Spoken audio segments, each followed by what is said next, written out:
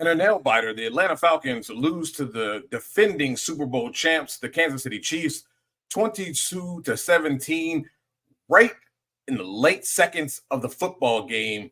Atlanta Falcons fans should be happy with the way this team performed. And I understand there's no moral victories, but this offense came out from the jump and executed well. Had this Chiefs defense on their heels.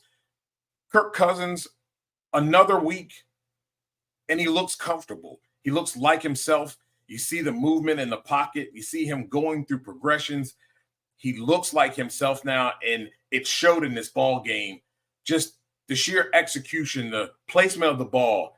It was nice seeing guys like Mooney get involved and be able to make plays, and taking another step in another week to being that second pillar at the wide receiver position, and taking some pressure off of guys like Drake London so that they can get involved and they cannot see these double teams, and everybody has to be respected. I'd like to see them get Kyle Pitts more involved in the offense, but early they were doing an excellent job running the football, doing the things that Kirk likes to do, the play action.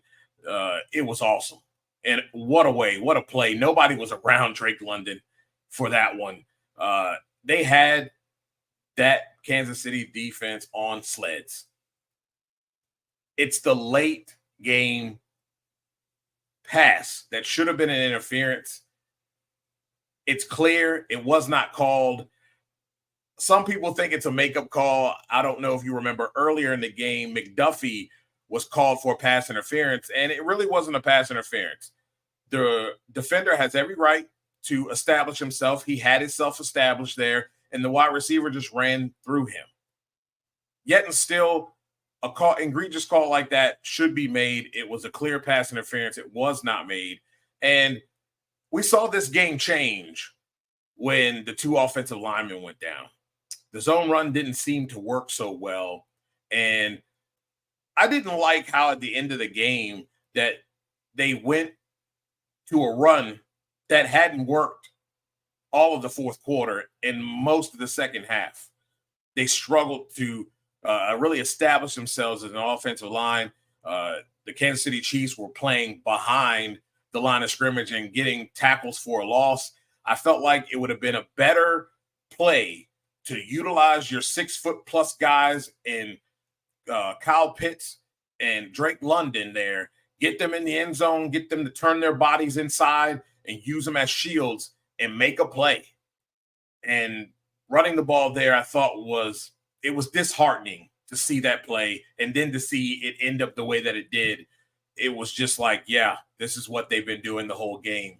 But, it was a very good game on both sides. And Kirk Cousins feels like they snatched defeat from the jaws of victory. Snatched defeat from the jaws of victory is kind of how it felt a little bit, if I'm saying that right. It was a great atmosphere tonight. Our fan base was phenomenal. It was a great environment, and it was great to start fast. I was really proud of the way our defense held up in the second half and kept getting us the ball back, giving us opportunities. And, there's just plenty I can point to that wasn't good enough to win this game tonight, but still felt like it was right there for us to win. And when you don't do it, it leaves you with a pretty sickening feeling. So that's life in this league, and we got to build from it. And as we move forward now to the NFC South opponents here, we got to just figure out ways to be a better football team and be an ascending football team that plays complementary football off of each other. And certainly feel like we have the pieces we need to be successful, but there's obviously more out to go get to play better, to be able to win more consistently. Definitely have to be more consistent. But, hey, Kirk Cousins, 20 of 29, 230 yards, 1 touchdown, 1 interception. They just have to execute better as an offensive line in the second half. You're going to need that run game late in games to be able to, pummel defenses into submission and be able to take time off the clock and, get things in your favor. That's how you win time possession. And when you want to win time possession, you definitely want to win it in the second half going away. And hopefully you're doing that with the lead. They will be taking on a division rival and a division foe at home in the Mercedes-Benz Stadium, the New Orleans Saints, 2-1, coming into town, coming off of a loss as well. We all know you can throw these records out of the window.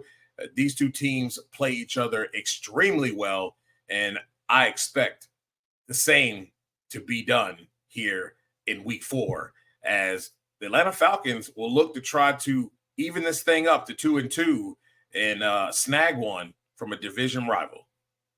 For Sports Journey, I'm Dujane Blank.